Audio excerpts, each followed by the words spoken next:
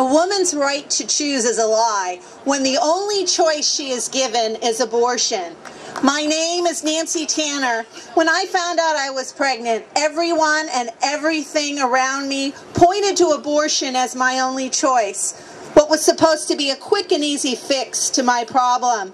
But my abortion was neither. Nothing about it has been easy, and the repercussions remain with me now, 24 years later. I remember every part of the day of my abortion vividly. At the Planned Parenthood here in D.C., I tried to change my mind and leave, but they would not let me. They convinced me to sign a release that the tissue from the procedure could be used for scientific research. It would be many years later before I learned that I had given them permission to sell what they called the product of conception, and that to them, my precious son, Robert Joseph, and his body parts were just an additional source of income. They said that the abortion would not hurt, but it did. I felt as if my insides were ripped apart by a machine that I can still hear sometimes in the quiet of the night. And I can still see that machine and the tray where the doctor dumped the jar and examined the remains in front of my eyes.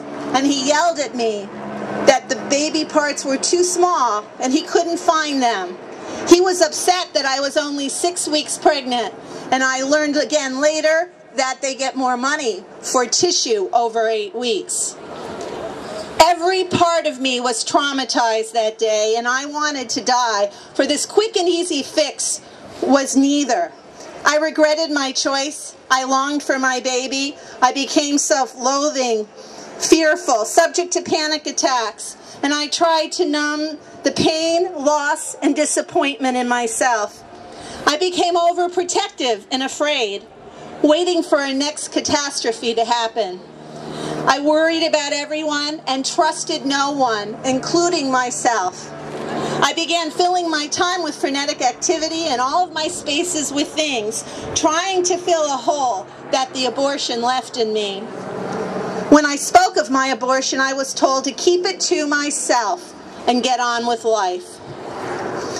But Mary came for me, and her son brought me, Mary came to me and brought me to her sons, and by his wounds I am healed. Through God's grace, I have sought forgiveness and have come to know Jesus' unfathomable love and mercy. He never left me. Even when I stopped loving him, he never stopped loving me. My healing continues, and I have forgiven myself and all those involved, knowing that the love of God is greater than any sin, and that we too are called to that standard of love.